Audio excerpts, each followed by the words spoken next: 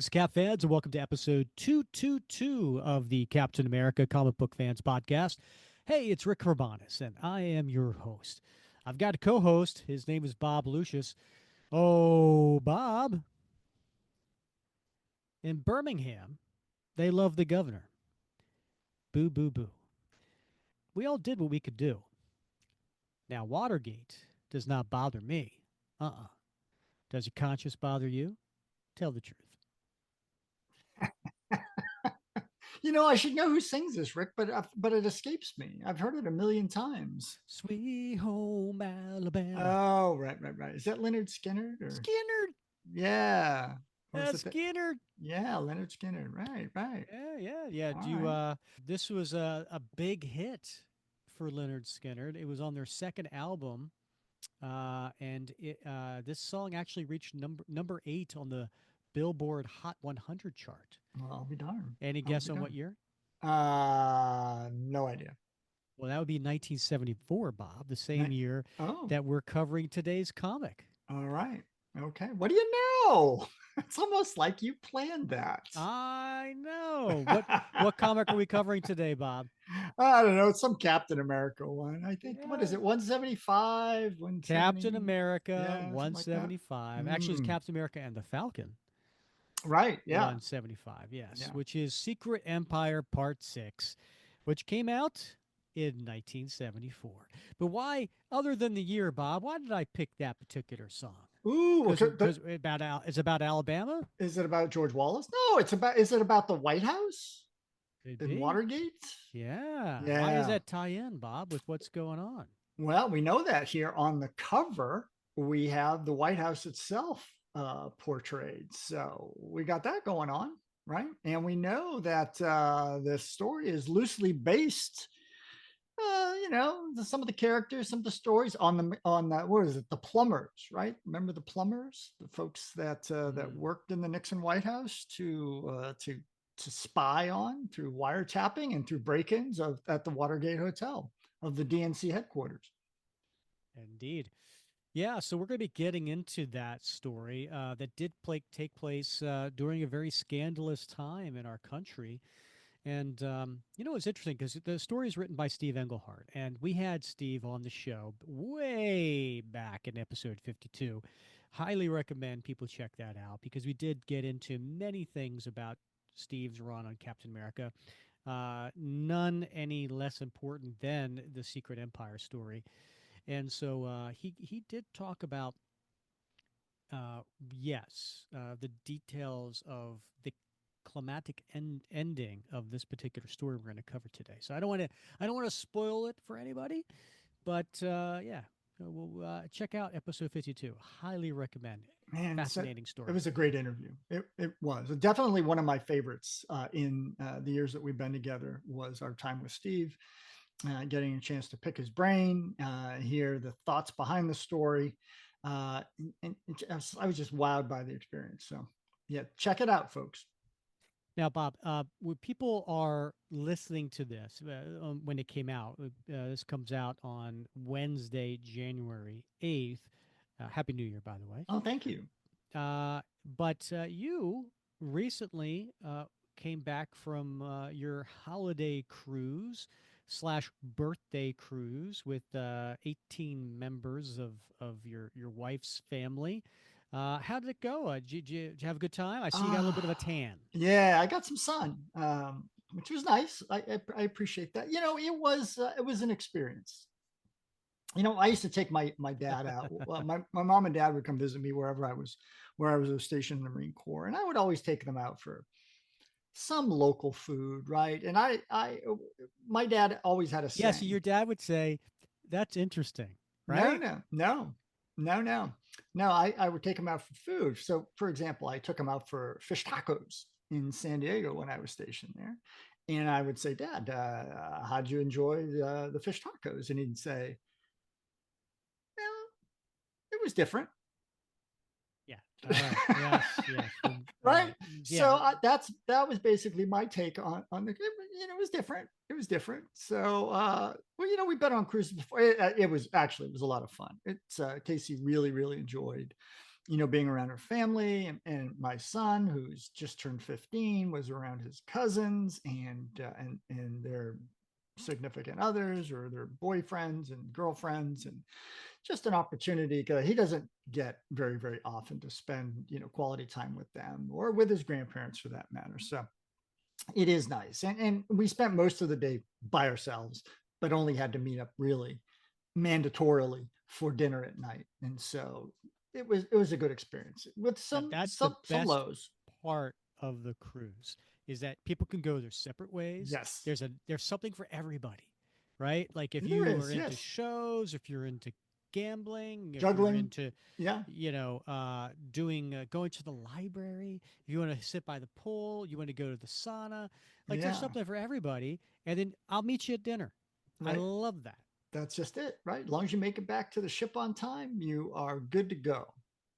Now, did you get Yes. any for Christmas and or birthday? Did you get any cool Captain America related stuff? I did actually. My wife bought me a great comic book. It was one that I was interested in procuring, and she actually found me a higher grade than the one I had been looking at. So, but it was Mystic Comics, issue number 4 or volume 2, came out in December 1944. It's got a Schomburg cover, and Oh, very nice. it has a destroyer story in it, but it's primarily about the young allies. It's a young ally story, and they've got the cover.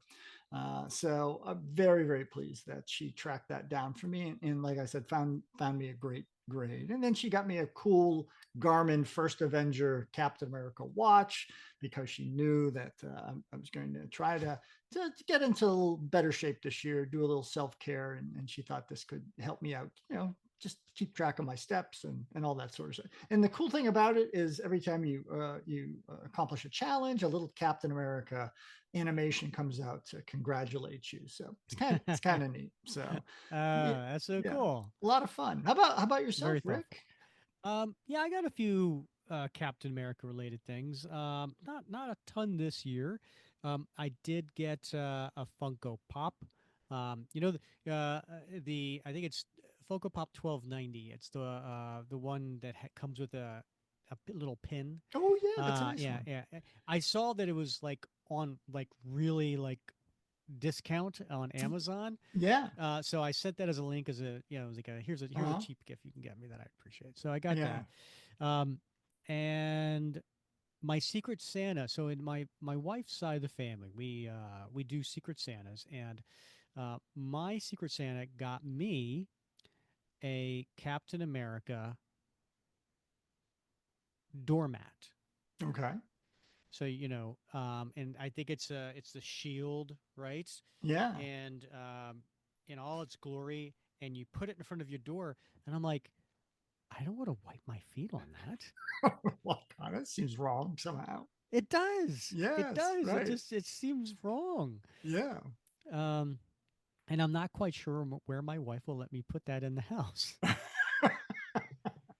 But we'll find a way. We'll find a Yeah. way. And then I got I definitely got some Captain America T-shirts. Hmm. Now one my daughter got for me. Again, I sent links out. So I try to make Yeah. life easy for everybody. Sure. And she got me this one. It's really cool. It's black and it has the Captain America logo from the Mark Wade Ron Garney era. Okay. Then with a little shield. Yeah. So which is cool because I don't have anything from the Ron Garney era, Yeah. And then you sent me 4 T-shirts, and I'm Right. wearing one right now. You're looking good too. It's making. Right? I like the way it makes your guns look. Yeah. Oh, you like that? Yeah. Hey, how's it Yeah. going? Uh, Workouts are paying off. well, I tell you, there are some T-shirts that I like how they fit. Where they do well. Otherwise, I have the T-shirts that just kind of hang like Oh, that. right. Yeah. Nobody I likes hate those. those. Yeah.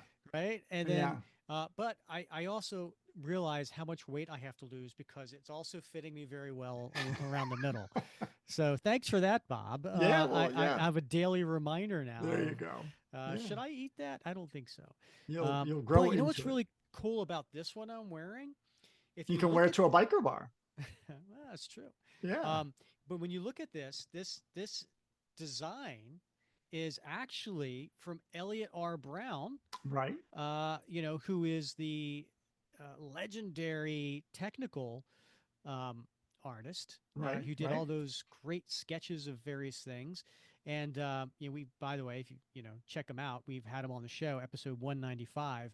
Hilarious, my favorite episode of our favorite interview of the year. But look, Bob, I bought some art from Elliot that he's held Right. on to all these years, Right. decades later. Right. He's had them for 40 years. And look, Very cool. it's the design of the shirt, Right. right? Isn't that Don't let him know cool? about that shirt. He's probably not getting his, his royalties on that one. No, he's probably not. And so I actually took a picture of me with the shirt and this. I posted in the Facebook group, but Yeah. I'm also sending it to Elliot just to be to like, hey Elliot, take a look at this. Like, Right. did you know Yeah. that you have a T-shirt out there? But now here's an interesting part of the story. Now, so you see, here's the design, and then if you Right. look here, see how this discoloration? Right.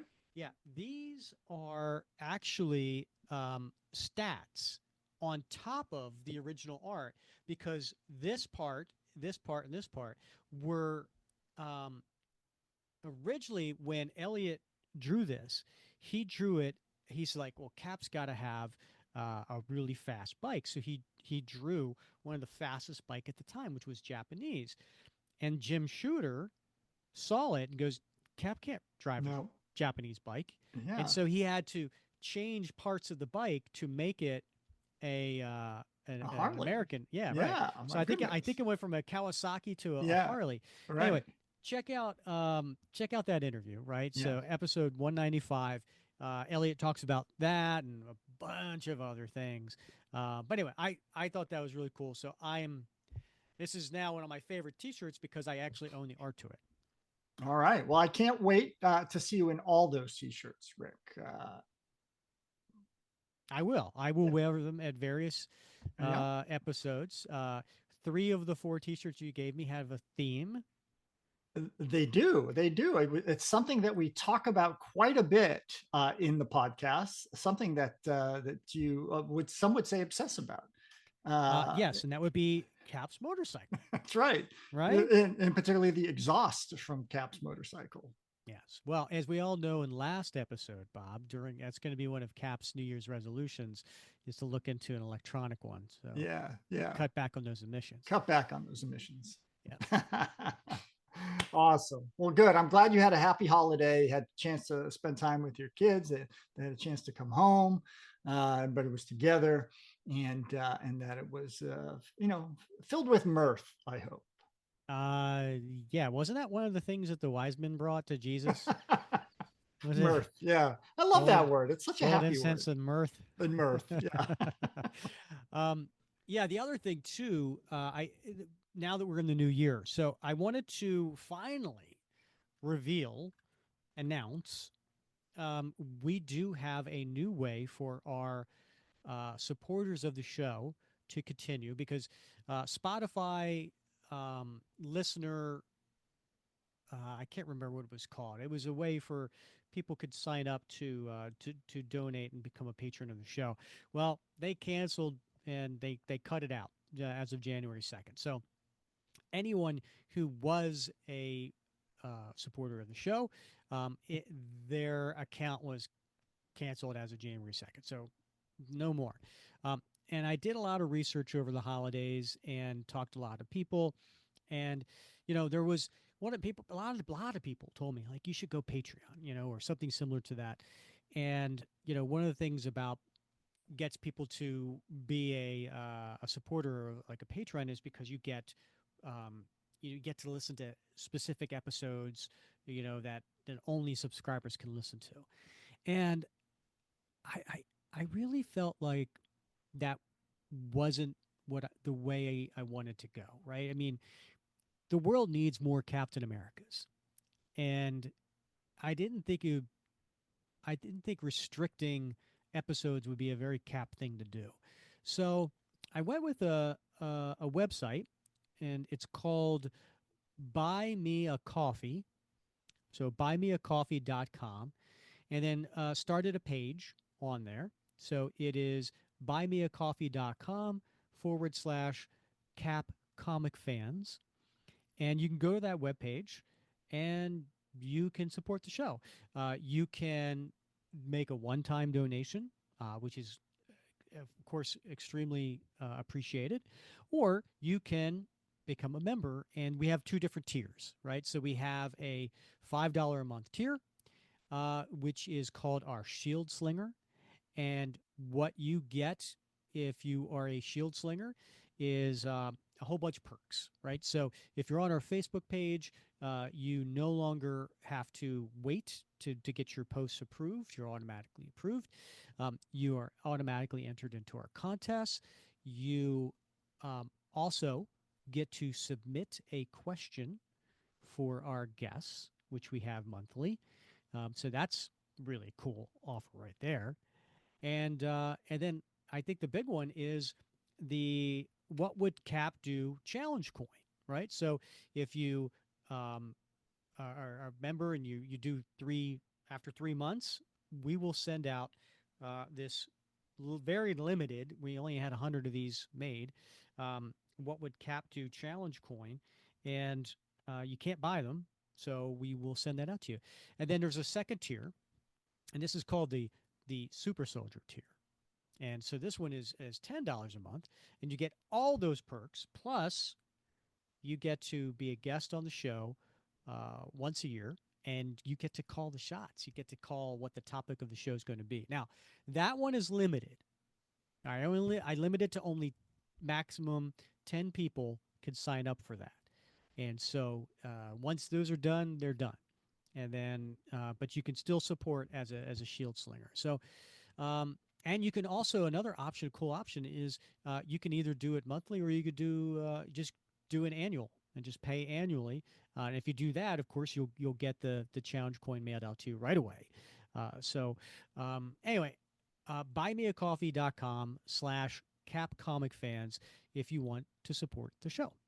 Well, that's, I mean, those are two great options right there, and it seems like it's much more streamlined now, and it's an easy thing to do. Either do it monthly, a sustaining member, or a one time donation, and get you all the perks, and you get the thrill of knowing that you're supporting the show that is enjoyed by so many folks, and it's spreading that positivity, and the world needs more of that, right, Rick? So by doing your part, we can do our part, and everybody gets to benefit from it. And I think that's a cool thing. It's a service we're all trying to provide, and by being a supporter, you're helping provide that service as well. 100%.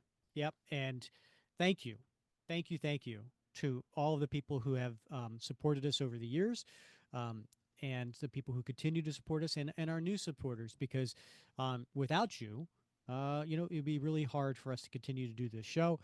And we don't want to have to move to a platform where we have to restrict the amount of episodes. So, again, thank you so much from the bottom of our hearts for that. Uh, Bob, I forgot to mention something about the cruise. Now, last episode, uh, we talked a little bit about the fact that you weren't a fan of Paul McCartney's Wonderful Christmas Time. And you reached out to me during while you're on the cruise. You sent me, you pinged me. Do you want to tell listeners what you sent me? Yeah, Rick, I twice I walked into the buffet area, which played a continuous stream of Christmas music throughout this cruise, and twice I walked in and heard that Paul McCartney abomination, simply having a wonderful Christmas time. And then I said, that's it, I'm out of here. And my wife was like, no, we got to eat. We only have a certain amount of time. We got to go on an excursion. We got to do this. We got to do that. And so I had to sit there, simply having a one. And then you can't get it out of your head. It's like an earworm. So Mm-hmm. yes, I did reach out to you to let you know, because I knew that you would be rubbing your little mitts together in glee, knowing that I was enjoying that tune. in thinking of Yes. you. Yes. I appreciate you thinking of me while on your cruise, Bob. And then what did I send you? I sent you on a couple different days. I sent you a couple different messages. Do you want to tell the listeners how thoughtful I was? You sent me a wonderful birthday greeting, and so I do appreciate that. One of those things where I'm not like big into birthday greetings. Like people go out of their way, they post things. I hate attention. And so, what I really hate, by the way, is when the entire dining facility stops what they're doing and sings you happy birthday. Mm. All the waiters are dancing around you and people are Hmm. swinging their napkins in the air. So yeah, it was a bit of a stretch, but I do appreciate when good friends like you sent me a nice birthday message to thank me, and that meant a lot. Well, yeah, but Good you're too. leaving out the best part, right? So I sent you a couple of different versions of Paul McCartney's "Wonderful Christmas Time." I sent Yes, you you a did. Jimmy Buffett version, Yes, you right, did. on Yes. Spotify, so you could listen to that. Tricked Because I me. figured you're on the cruise, Yeah. right? What better than a Jimmy Buffett version of that Yeah, I song? felt that that was a trick because I played the song not really realizing it was going to be a version. So I thought it was just going to be a good old Jimmy Buffett Caribbean song. And then I sent you the Tonight Show version, Yes. right? Which Yes. had I can't remember the name of the a cappella group that was doing it, but it had all those different stars, right? It had Yes. Scarlett Johansson, it had Didn't you have um, Seth MacFarlane in there as yeah, well? Yeah. Jimmy Fallon and Yeah. all these different, and then even Paul himself.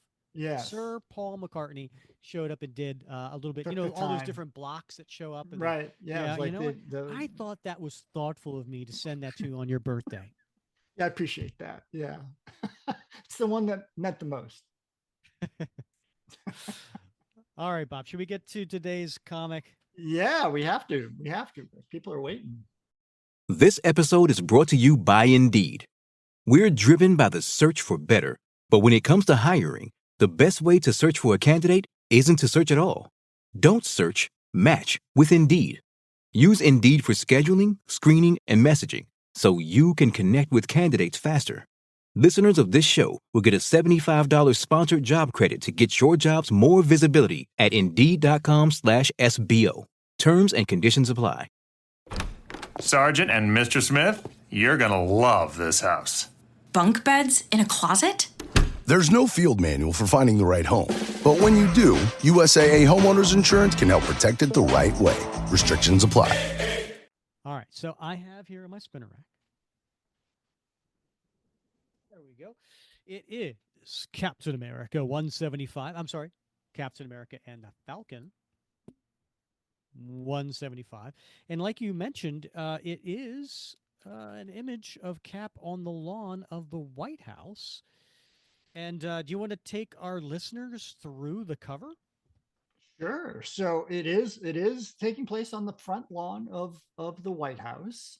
And so we see the columns of the rotunda there, facing Cap, and he is barreling toward the reader, and in the background, shooting at him. I think we've got one, two, three, four. We've got 4 or 5 secret Empire agents, and they've got those cloaks and the hoods on, so you can only see their eyes, and they're shooting at him, but he's paying them no heed.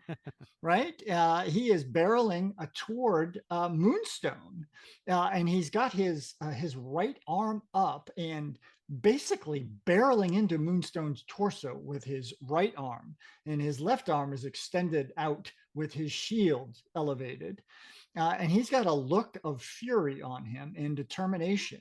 And then in the foreground, we see somebody else that I believe we're going to be introduced to in this comic, and he is muttering to him out loud, "Star Spangled Dog, you've smashed the secret empire, pulverized Moonstone, but now you face the deadliest man menace of all." I like that. I like man menace. Man Menace. Yeah. And that's not his name, by the way, but he should have been called that. Yeah, Man it's a great Menace. that's a great name. Yeah. Yes. 25 cents get you this comic back in 1974, Bob. Um, and the art is by John Romita Sr. and Sal Buscema, and then also assisted by Danny Crespi. Back in 1974, this would catch my attention because it is on the lawn of the White House. And there was a lot going on during that time. So very interesting. So the creators for this particular issue, I'm actually going to open it up and read it because I thought it was pretty interesting. It says, a monumental, mind-blasting masterwork to climax Cap's most catastrophic caper. Well, it's very illiterate. A little alliteration there. Yeah, Steve Englehart, author. Sal Buscema, artist. Vinnie Coletta, inker. Artie Simic, letterer. It says P. Goldberg, but that's Petra Goldberg is the colorist. And then editor, Roy Thomas. And the title to this one is, Bob? Before the Dawn. Which is a continuation of last issue, 174. Do you remember the title to that one? After Dusk. No? No, I don't remember. It's always darkest. Ah, that makes sense. All right, it's always darkest before the dawn. And so we cut to where we left off, listeners. And by the way, if you haven't listened to the previous parts, you might want to go ahead and do that, right? So we covered part 5 in episode 218, so you can go back and listen to that. Now, if you're on our YouTube channel, we do have a separate category for the Secret Empire story. So you could just go there, and then all of the ones that are for Secret Empire are listed underneath there, and you can go ahead and you can watch those. And by the way, if people are on YouTube or Spotify video, they actually can see the panels that we're doing. I know we try to do our best here to describe them to you, but if you want to see them as we're going along, you can check us out on YouTube or the video on Spotify. So this opening splash page, we see number 1, who is standing over a downed and defeated Captain America, Falcon, Professor Xavier, Cyclops, and Marvel Girl. And there is a cloaked person who is exulting. And then there is somebody next to him who is holding a very, very large cannon that has smoke coming out of the muzzle. Bob, how would you describe, for those who have not been listening, how would you describe the attire of the Secret Empire? Yeah, well, the number 1 guy wears a long flowing. It's sometimes it's shown to be sort of a dark purple, sometimes more of a crimson, but it covers everything, right? So he's got gloves on, he's got similar colored boots. It is an entire head to toe, and by head he's also got a cloak that covers his entire head other than the eye slits themselves, and most of them have a number affixed to the forehead. So for example, number 1 here has number 1, number 2 would have number 2, until you get further down the hierarchy. Wait a minute, you left off. What does number 3 have? Number 3. Oh, okay. Yeah. Until you get further enough down to the lackeys, and they're more in similar colored jumpsuits, but with the same sort of cloak on their heads as well, obscuring their identity. So I'm going to apologize right now. Usually, before I do the Secret Empire, I go back and I re-listen to a previous episode so I can remember what voice these characters have.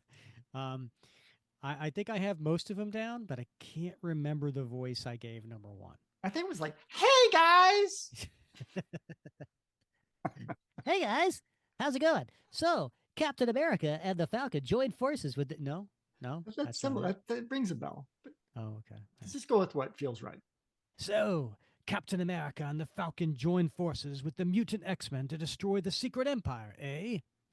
But when they attacked us, they couldn't know of the power at our disposal. The power of the atomic annihilator. The power that has slaughtered them all. Dun dun dun. So we turn the page.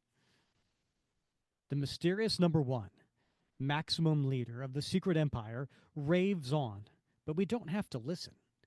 We need only to observe the naked lust for domination in his eyes. Then, number 68, you have served the secret empire well by murdering our enemies. While I rule America, I shan't forget. A terrible tableau, this, one straight from a horror addict's grimmest dreams, and all the more chilling for that. Tawdry and tragic by torchlight, the bodies are borne away, to be dumped without remorse in the lowest reaches of the ultimate lair, dumped like so much garbage. And the shadows form the only shroud for Captain America. It's quite poetic. It really is. It's very well written. It's like literature. In the echoing distance, dank water drips and drips and drips. By the way, this is probably not a good time to have to pee. Show that prostate now. Its eerie cadence is the dungeon's reigning sound until a powerful chest starts to rise and fall with the rhythm, and the dry whistle of breath adds to the beat. Looks like he's finally coming around. All he needs is to hear a voice to remind him where he is and why. Like the fighting machine he is, Captain America comes up off the floor ready for anything. Hold it, big man. We're your friends. Like Brutus to Caesar you are. You're number 68, the crud who fetched the ray cannon and used it. Oh, Bob, I don't think I've ever heard Cap mention that particular saying before. Like Brutus to Caesar. He's well schooled in his Roman history, apparently. Yeah. Yeah. Beware the Ides of March. That's true, but I'm also Gabe Jones, Special Agent of S.H.I.E.L.D. I think you know my partner in this operation, Peggy Carter. Peggy, Gabe, what in the world? And they take their hoods off. But apparently, the guy who used the atomic annihilator, I say that, and I want to say it like, the atomic annihilator. I'm going to blow up the superheroes. Peggy, Gabe, what in the world? Take it slow, mister. I tricked number one by setting his gun at a non-lethal charge before I shot you. But you still took a heck of a jolt. Just relax for a second while I'll fill you in. Nobody will bother us here. You see, Shields had a file on the secret empire for a long time. Now, who's Gabe Jones, Bob? Well, he's got a long association with Nick Fury. He was one of the Howling Commandos in World War II. He was indeed. He actually got his first appearance in 1965 in Fantastic Four Annual Number 3. That was the wedding story between Reed and Invisible Woman.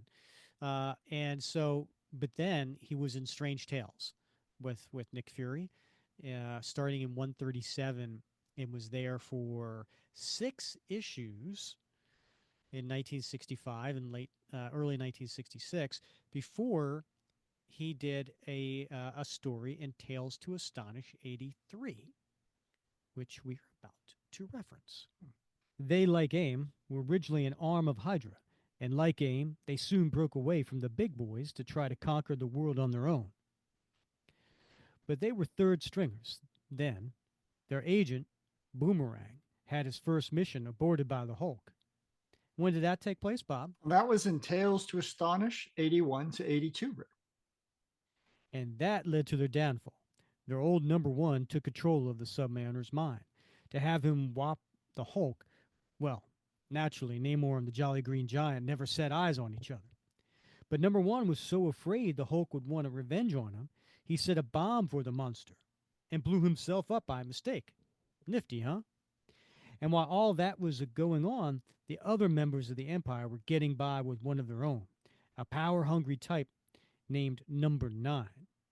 This was the original Number 9, not the current one, who calls herself Linda Donaldson. And when did that happen, Bob? That was in Tales to Astonish 83, Rick. Anyway, what we hadn't counted on was another member of the Inner Council wearing protective armor, someone who would fight him and win, someone who would turn out to be me. Yeah, that's when I first learned how to infiltrate him. And then there's a little readout here at the bottom. You wanna give the editor's note? At last, old time true believers, an actual representation of Gabe Jones' brilliant defeat of the Secret Empire, advertised but never shown in 1966. And that was from Rascally Roy Thomas. Indeed. That finished him off. But last year, when S.H.I.E.L.D. heard they'd been regrouped under a new number one, Colonel Fury sent me back to do it again. I couldn't make the inner circle this time, because there isn't any. And frankly, I was just as glad to be the relatively unknownest number 68. Once I got in good here, up to and including being the chief gun toter, I was able to sneak in backup agent, and since there wasn't much danger, Fury assigned Peggy. And when did Peggy join S.H.I.E.L.D.? Peggy joined S.H.I.E.L.D. in Captain America and Falcon number 169. So now that we're all caught up, and which is, by the way, pretty cool that, here's a story in 1974 referencing something that happened in 1965 and 1966. That was pretty cool that Steve Englehart did his research and kind of, brought this in. Nice little retcon. I love retcons, Rick. In fact, if I went by Rob, they'd call me Retcon Rob, but I don't. So, loss. Okay, I think I've got all that. In any event, my head stopped ringing like the 3 alarm fire. Then S.H.I.E.L.D.'s involvement explains what Fury was doing in Nashville. He must have been checking Moonstone's connection with the Empire and way Falcon and I were, if only we had known what the other was doing. That's the intelligence agency game, I'm afraid. But that's not what I want to talk about. One more midden, Peg. Cap, now that the Empire has the electron gyro, they're ready to make their big move. We have to get going. Having said that, I'll let you two have 3 minutes to get reacquainted. And he walks off, and there's Cap and Peggy, and they have their arms around each other. What? Oh, boy. Oh, boy. Oh, Gabe, how could you know that Peggy thinks I'm in love with her instead of her younger sister, Sharon? Lord, I have to tell her the truth if I've survived the rest of this day. You think? Yeah, right? And by the way, she's not really your younger sister. She's your cousin. That has been retconned as well. You should let her know that as well. And later time, a different place. Remember all those mutants that they rescued off of that big dial that were kind of there being like hooked up to a machine? Yeah, they were sucking like brain power out of them or something, right? Brain energy. Yeah, well, they're all back now. Oh, boy. Oh, yeah. Yeah. That's it. Bring them down. Careful. Don't tip the mutants too far or they'll fall. Nearly ready, number one. You're certain this saucer craft will fly, number 3? Indeed, yes. With the electron gyro for steering, and with the X-waves, our machines derived from the captured mutants' brains for power, this ship shall serve us well. It better had. The Secret Empire has worked hard to prepare for this moment. We have spent months plundering the minds of famous scientists for the necessary knowledge to construct this saucer with all of its attack capabilities. Quentin Hardeman, sparked by the Viper, his former advertising partner, discredited Captain America for us and convinced much of America to accept Moonstone in his place. Lastly, we captured 9 mutants for their mental energy. We've been too thorough to slip up now. But number one has no real doubts of his ultimate success. And once he enters the ship, this is it, men. Today, we conquer America. America, 2 centuries removed from the golden land the founding fathers envisioned, no longer young or innocent, yet still a place where freedom is not just another word, though there are those who would like that changed. And coming out of a conference room, who do we have, Bob? Well, we have Quentin Hardiman himself, and he's being followed by none other than Moonstone. Man, to think I'd be the star of a congressional hearing. Yes, it went smoothly, Moonstone. Your position as public hero number one is secure, thanks to my genius at manipulating the truth, and thanks to Captain America's blundering defense of his name. Lies are neat, truth is messy. Isn't that what you always say? He never had a chance. Maybe the truth got out on Watergate, but that's the Huh? They're here. Look, Moonstone. Look, and you shall see history in the making. Every carefully choreographed appearance you've made until now is finally about to pay off. Across the street, on the White House lawn, our allies have arrived. And there's this big, giant flying saucer that just landing on the lawn. Next page. In seconds, the secret Empire's saucer comes to rest, its sullen bulk resembling nothing so much as a monstrous mushroom, defiling the bright green grass. Many ships, any of them more conventional, could have brought these invaders here, but could anything else have the sickening impact of a true flying saucer? No. The fear of flying saucers run deep in mankind, and fear is the name of the game. What do you think the reference thing there, Bob? That flying saucers are the fear run deep? Ooh, let's see. We got the day the Earth stood still. Clatu Barado Nicto. And we invasion. What was it? What was the attack from Mars? What's the one with the Mars landing and the Mars attacks? No. The Orson Welles one. What is that one again? The radio show. Yeah, and you just said it, Martians. right? The day the Earth stood still? No, that was a different one. That was that one had the big robot that came out. Oh my god. Something in the world. Yeah. Okay. Anyway. Yeah. Oh, man, it sucks to get old. But yeah, I guess in the 50s, maybe the 60s, right? I guess flying saucers, where people were afraid of that. Yeah. From all sides, mankind warily converges. First, in the forms of White House press crews, whose cameras devour this sight. And then the army rolls up, pistols and cannons at the fore. And when mankind is gathered and ready, when mankind has all of its attention riveted up on the ship, the secret empire begins the show. And there's a screen that pops out of the top of the saucer. And on the video is number one in his cloak. America, I am number one. I demand immediate and unconditional surrender. The army gives him its expected answer, and they start to fire. Whoop. Zap. He provides a not unexpected reply. You cannot fight me, a force-field gentleman created with the brainwaves of mutants. And the military notices. Geez, Harry, that was our best stuff. Where the devil's the president? At his retreat, the White House says. He's supposed to be flying in. Your leader is far away, America. Your so-called superheroes are in New York or some other distant place. No one is here to protect you. I am your fate. And then who comes in, Bob? Oh, thank goodness, it's Moonstone. Wait. Good Lord, it's Moonstone. Ladies and gentlemen, Moonstone is here. He's flying straight toward the mammoth saucer. So you're number one and you're invisible, huh? Mister, the only invincible people around here are Americans. And in the name of America, I challenge you.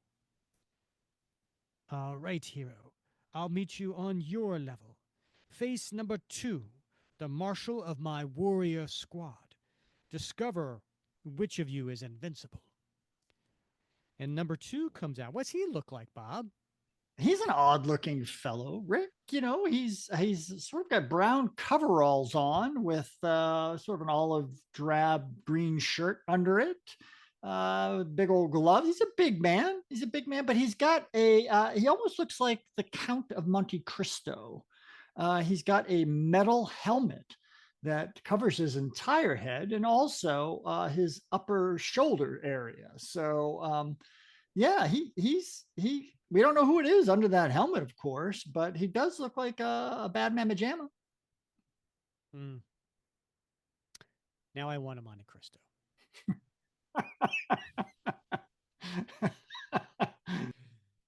Be warned, Moonstone. My helmet grants me the same abilities displayed by this ship. Mine is a power beyond comprehension. I never met a soldier yet who didn't claim civilians were too dumb to understand his operation. In poker, pal, that's called a bluff.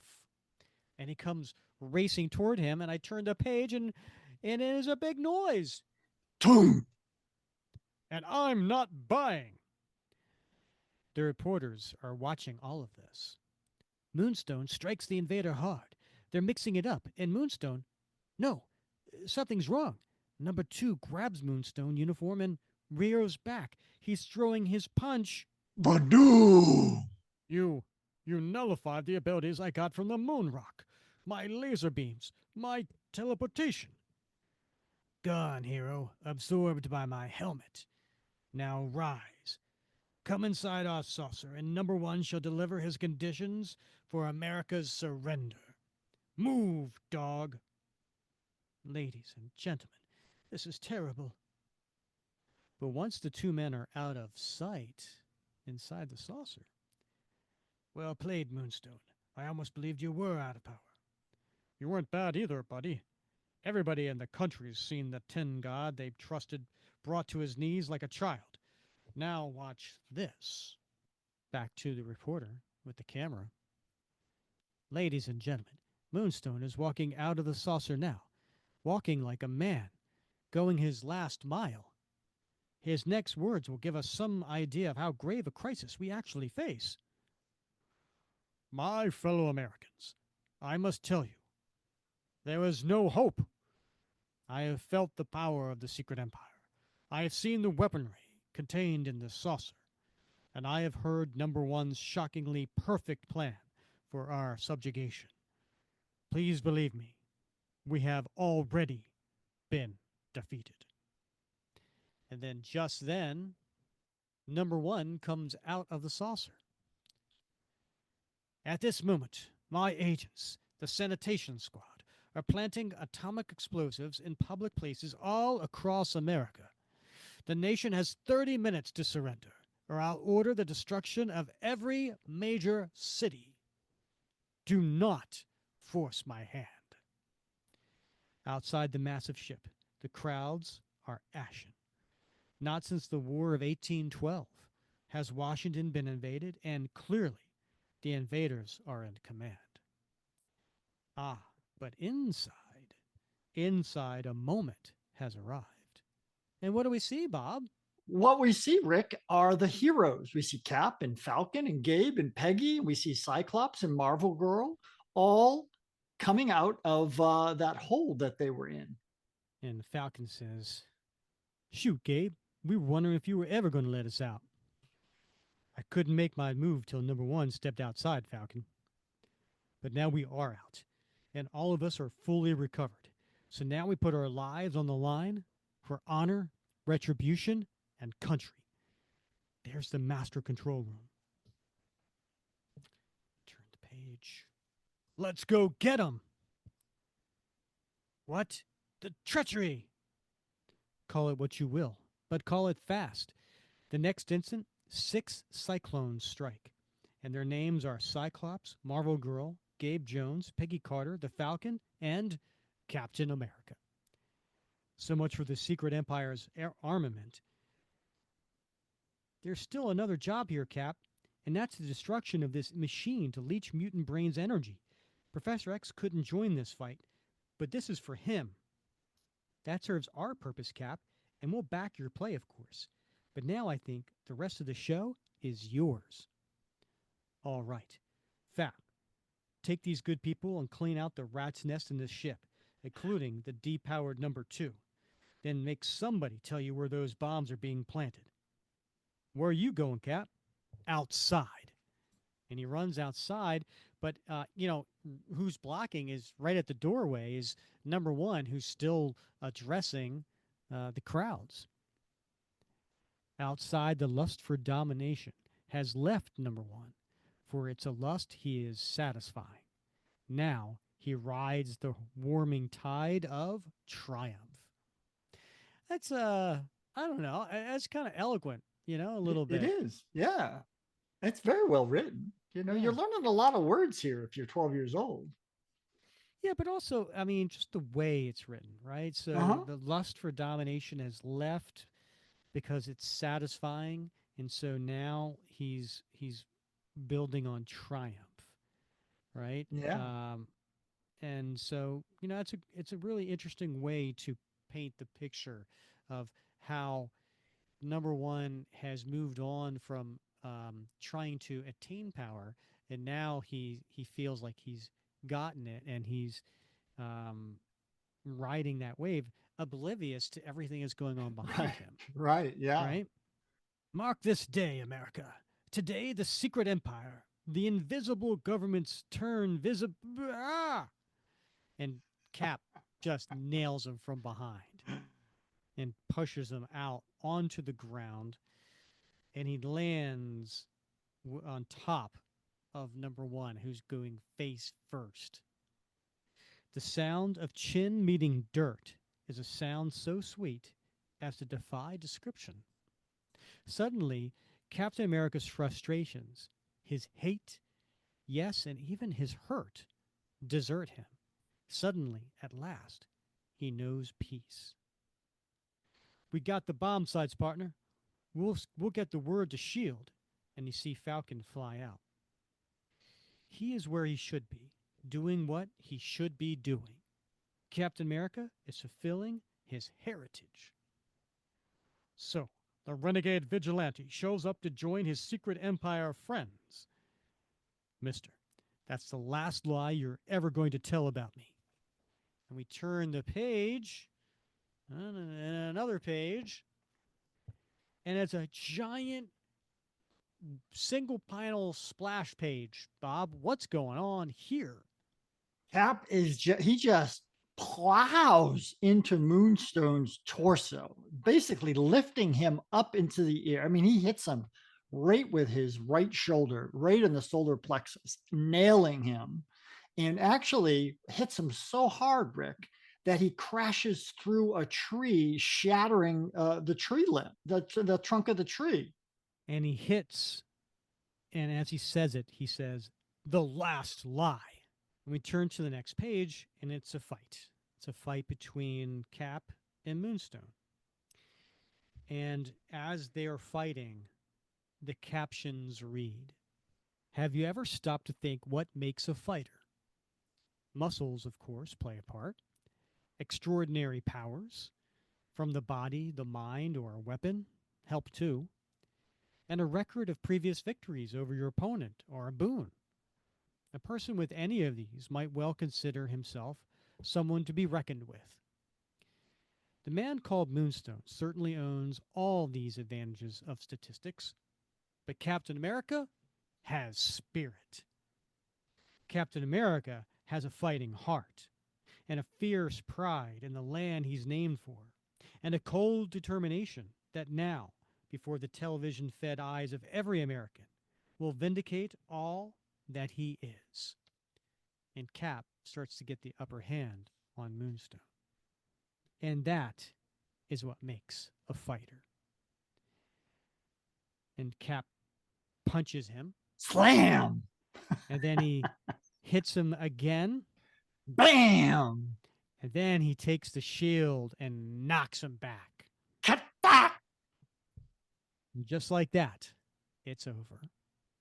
Now, talk without the lies. There is no doubt in this gladiatorial scene who the master is, who the hero is. But then who comes up running from the crowd, Bob? Hardiman. That creep. I'm surprised you didn't say something about him being an advertising man. What? No, I would never say that. God bless you, Captain America. I've just learned that my committee was duped by that man, and Moonstone isn't hearing any of it. You slimy creep. I'm not taking the rap for this. You and your committee were never anything but a front for the Empire. You took your idea of ruining Cap and sold both me and them on it. Well, you couldn't ask for a neater wrap-up. Coast to coast, live and in color, Moonstone tells America everything we always wanted to know about corruption, but we're afraid to ask. He talks and talks and talks, taking everyone involved down with him, even a totally outraged Viper, whose hatred for Captain America indirectly began it all. In time, every living member of the Secret Empire will join the Viper on the inside of a cell, including the hoods on the White House lawn, the sanitation squad bombers scattered across the land, and the headquarters crew in the ultimate lair. Knowing that, knowing he has once more done the job he chose so many years ago to do, Captain America lets his first smile in days fill his face. No, you couldn't ask for a neater wrap-up. What could possibly go wrong? And then we see number one, who's behind some shrubs where he got knocked down, start to get back up. The fools. They've relaxed their guard too soon, assuming I'm still unconscious. This is my chance. But Cap sees. Look, number one, making a break for it. These guys don't know when to quit. I know, Worm, but it's not while I have hope of escape. He's heading into the White House. And we turn to the last page. The race down shadowed corridors is swift and short, and Cap tackles him in the Oval Office. All right, mister, end of the line. Now let's just have a look underneath your cowl before, and he rips off his mask, and with a horrified look on his face, he goes, "Good Lord, you! But you're exactly. But high political office didn't satisfy me. My power was still too constrained by legalities. I gambled on a coup to gain me the power I craved, and it appears that my gamble has finally failed. I'll cash my chips in then." And he pulls out a pistol, but instead of aiming it at Cap, he aims it at his own head. And Cap goes, "No, wait, don't." Crack! And the fire of the pistol. The last three panels are on the bottom of the page. And we see Cap slowly walking out of the White House, walking on to the White House lawn, waving away the reporters, walking past Falcon, and he's got his head down. A man can change in a flicker of time. This man trusted the country of his birth. He saw its flaws, but trusted in its basic framework, its stated goals, its long-term virtue. Trusted. Past tense. This man now is crushed inside. Like millions of other Americans, each in his own way, he has seen his trust mocked. And this man is Captain America. And then there's a little plug for the next issue, beginning the most amazing story you'll read all year. Captain America? No more. What? Bob. All right. Woo! Some What good stuff. what do we think here, not only about this issue, but the entire Secret Empire story and how this ending makes everything else kind of fall into place? Like, Bob, what are your thoughts?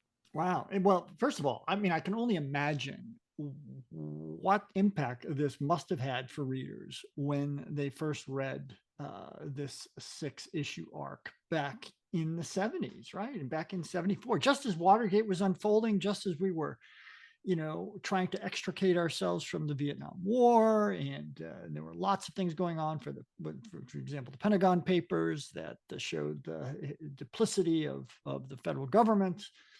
And like, this must have been a real, like, I mean, folks surely must have like understood the hidden subtext here, but it's Mm. just, man, it's a slap in the face, right? And we see this in those last 3 panels with Cap, and what it sort of foreshadows coming next in the next issue.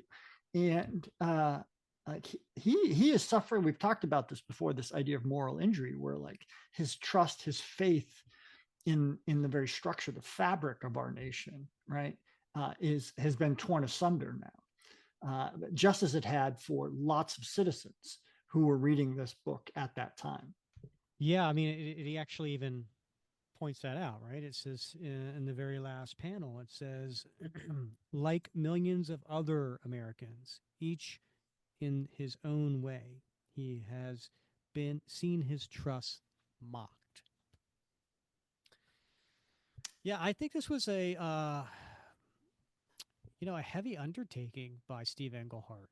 I feel, and he addresses it in the interview, right? He talks about it in the fact that he felt like with everything that was going on at the time, that how would Steve Rogers react to this? How would Right. it affect him?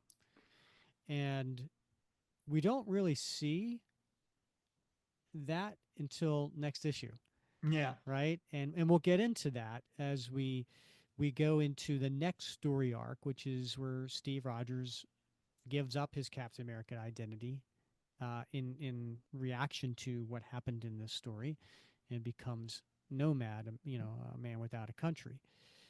And that will be our next long tail story. So the Right. second Wednesday of every month, we will then move on to that story. But so we don't get to see the reaction of it, but it was an interesting um, setup to see, in a very comic book way, about this, secret empire, Mm-hmm. that is doing it in a very, they're taking mutants and sapping their power to create a UFO and to create weapons, and Mm. but at the heart of it, it was not fantastic. It Right. was very much rooted in what was going on, and that is, Yeah. here is some people who have authority that are going beyond what they're allowed to do, and manipulating things behind the scenes, using uh, you know the media to form a story, to smear Captain America's name. These are all things that happen. Right. You These know, are the world outside our window. yeah, Yeah. Kudos to Englehart, right? But also, a really kind of brave decision by the editorial staff at Marvel to tell a story that reflected reality. Obviously in a fictionalized comic booky sort of way, but it tackled a very, very salient and controversial topic at the time in a way that comics have done from time to time, and I think it's awesome when they do. Um, yeah, I agree. It's great when you can use um, fiction, use satire, to really address the elements that are going on. Um, so yeah, it's great that having now when we had Steve on the show, he was the first to say editorial had nothing to do with this, right? That like they left him alone. Yeah. He could tell whatever story he wanted. Right. Unlike today, Yeah. 50 years later, think about that, Bob. Yeah. 50 years later, where editorial has a huge um, say in what's going on because these are licensed properties. They tie in with what's going on in other mediums like movies, TV shows, and so on. Yeah. So you can't do certain things. Uh, so back then, Steve had the license to do whatever he wanted. Yeah. Yep. And that's, I mean, that in itself, is an editorial decision, right? To say, use your imagination and take it where it leads you, because often that's where the best and most enduring stories come from. Did you just get all Rush on me? That the fact that editorial didn't do anything was in fact an editorial decision. It Is was an this editorial is decision. this like Rush? It was like what's the song? The I can't band? remember. Yeah, the band. I can't remember the song. Where it's like uh, what's the lyrics? Um, choosing not to decide is a choice or something Oh, like it I is. yeah, Yeah, it is. right. It's like okay, all Yeah. right, thanks, Bob. Yeah, Yeah. it's a good one. All right, Bob. Yeah. You go first. Do you have a favorite panel in this particular issue? Ooh, well, I do, Rick, and it's on the last page. Mm, It's the one where Cap covers his eyes, because mm, he can't bear to witness the end of the man who betrayed his office. And Cap is Steve has seen a lot of violence in his life, right? He's seen a lot of death, uh, and but this is one thing he can't bear to witness, and so he averts his eyes and covers them, because for him it's too much to bear, mm. right? And so it's a very simple panel, but it speaks volumes for his character and for the turmoil he's been going through, but that he's going to continue to go through as he becomes the man without a country. That's an excellent point, Bob. I think that I was reading it so quickly that maybe I missed that. So kudos to you for pointing that out. But yeah, it is a really strong panel in the fact that he is shying his eyes because he's no stranger to seeing violence, and definitely from the battlefield of World War II. So it wouldn't be like I can't bear to see this. He can't bear to watch the person that was revealed. Now, Steve Englehart goes on to say that in his mind it was Richard Nixon all along, right? Mm-hmm. Um, but he can't say Richard Nixon because obviously Richard Nixon's still alive, right? Right. So, but yeah, this panel itself, I think, is the jumping board into the next story arc, Mm-hmm. right? Of Indeed. Yeah. because of what he witnessed. Right. Yeah, great choice. Yeah. Well, what about you? What's ringing your bell as favorite panel? A couple pages earlier on page 30, um, and it's the fourth panel there where he goes Kadak, and I where he's knocking back Moonstone. Right. I think it was my favorite panel because of it was like the last there was the last thing that Steve needed to do to feel vindicated over this character, Yeah. right? Like for several issues, Moonstone had the upper hand on Steve in not only physically but also in the public's eye. And I could speak personally, um, that where I relate to Steve in this is that if you were to ever question my ethics, my morality, my integrity, um, my honesty, uh, that would be devastating. As me as a person, because Mhm. I hold those things very dear, and want to be, an example, to myself, to my children, to people I meet, um, and so I can imagine Steve's a lot in the same way, and to have all of that questioned and on a grand scale where he gets arrested, where the public has this the bad opinion of him. So not only is he defeating him physically, he has also is like getting redemption there.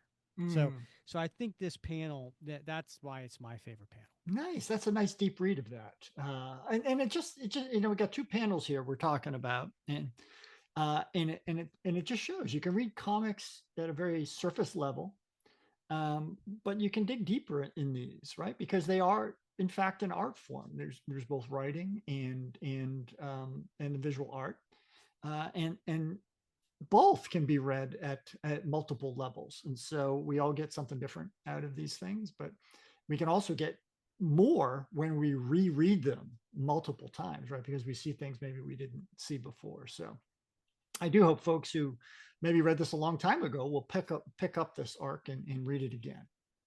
Yep. So what about your t-shirt, Rick? You got anything you want to slap on a t-shirt? I do, Bob. A couple of pages before that, Uh-huh. on page 27, which is the four panels of Cap and Moonstone fighting. The third one, which is the shield going into Moonstone, and it just says "Trock." Um, but I like the caption above it, and the caption says, "But a Captain America has spirit." And I think that would look cool on a t-shirt, right? Just All right. Moonstone Yeah. getting struck with a shield, but more importantly, it says Captain America has spirit. Nice. Nice. What about you? What are you putting I, on a t-shirt? I'm gonna. It's a few pages before that, and it's around page 13 or something. It's the lower right panel. It's the one where they are in the ship. They've just been released from hiding from by Gabe and Peggy, and Cap is getting ready to charge out the door and tackle number one. And Falcon says, "Where are you going, Cap?" And Cap yells, "Outside!" And I like that because, Rick, I work outside. And I think that would be awesome. We need to all get outside. And so I would put this on my shirt as a call to action. Hey, let's all go outside and get some outside time. It is totally out of context. It is, Yeah. isn't it? Yeah, it is totally out of context. But you're like, yeah, Yeah, going buddy, let's go hiking. outside. Let's go outside. Uh, So I'm going you know with what, that. though? I'm going to have to say, I wouldn't do it personally because the colorist screwed it up. Oh, okay. Yeah. He didn't get the red stripe Yep. underneath the white star. You're right. You're right. In many places in this book, he did, but not in this Yeah. particular panel. Not there. How can you do it right in so many places and then just get it wrong? It's called a deadline. Yeah, right. It's the last panel. Got to get it done. Right. All right, Bob. What's going in your time capsule? All right, Rick. Well, this was an easy one for me, and it's one that you would never guess in a million years because it's from my personal experience, right? So I look at all these soldiers on the lawn of the White House, and it struck my eye that they're all wearing the OG 107, classic Armed Forces green sateen fatigues. So back in the 50s, in fact, starting around 1952, all the way up until like 1989, when these were finally completely decommissioned, all the members of the armed forces wore that like olive green cotton shirt and trousers. Mm. And it wasn't until really around the early 1980s that they began to transition away and go to the camouflage stuff that you associate with the military. So, but at this time, that's what everybody, including the Marines wore those as well as the Army, the Air Force, and the Navy. And so that speaks to the time that Mm. this comic was drawn. If it had been drawn 10 years later, they'd be wearing camouflage, what the Army calls battle dress uniform, what the Marine Corps calls utilities, but they'd be a completely different uniform. So it does speak to the time. Interesting. I was not aware of those Yeah, dates. Very cool. And I love the fact that he's wearing a tie. of course, You right? know, because Yeah, what screams better fashion than a tie in battle? White House duty. Yeah. Yeah. All right. How about yourself? What's going in your time capsule? I'm actually putting in the final page. That whole Ooh, page. yeah, whole page. I think the whole page just All goes in right. the time capsule because you're in the Oval Office. You have Cap pulling off the mask, and it's supposed to be Richard Nixon, but you Yeah, don't see it's off panel. Um, and then the character commits suicide. Cap's dejected. This is a big deal. And Steve Rogers, like if you pick, I don't know, if we did a top 10 list on, um, pivotal moments in Steve yeah, Rogers' history, this right. is going to be on the top Yeah, 10, right. right? So, Absolutely. and Yeah, and I think it's also time capsule worthy because it does speak to, um, a particular moment in history in the U.S. yeah. government. Two good reasons right there. Yeah. Good pick.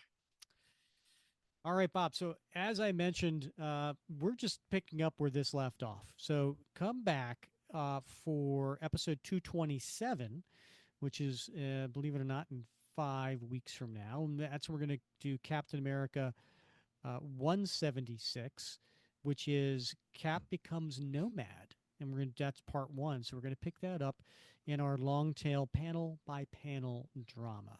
And that'll be out on February 12th. So make sure you come back for that. Now, next episode, Bob, let's get to present day. Okay.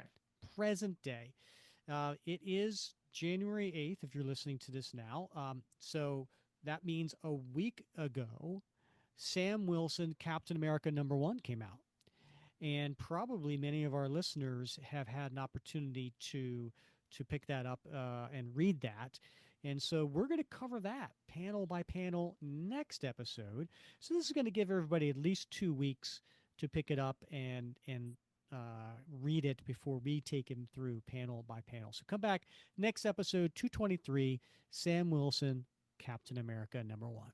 Exciting stuff. Exciting stuff. I can't wait to read it. Can't wait to see the movie coming out. It's a Sam Wilson spectacular. Yep. And if you want to get prepped for next episode, make sure you check out our recent interview. It was episode 214, where we had the writers of Sam Wilson, Captain America on the series. That is Greg Pak and Evan Narcisse. And the two of them came on and had a great discussion about the series. And so if you want to get prepped for it, make sure you check that out and then come back next episode. Good advice. All right, Bob, as always, it's been a heck of a lot of fun wrapping Cap with you. It has. I can't wait till next week, Rick. All right, he's Bob Lucius. I'm Rick Verbanis. And please, if you don't mind, please rate, review, and subscribe wherever you listen or watch. If you're on YouTube, please give us a thumbs up. Subscribe on YouTube. If you're on Apple, please give us a 5-star review. It's been a while since we've gotten one of those, and we would love to read that here on the air. And as always, we love hearing your comments on the Facebook group as well. And thank you once again for listening to another episode of the Captain America Comic Book Fans Podcast.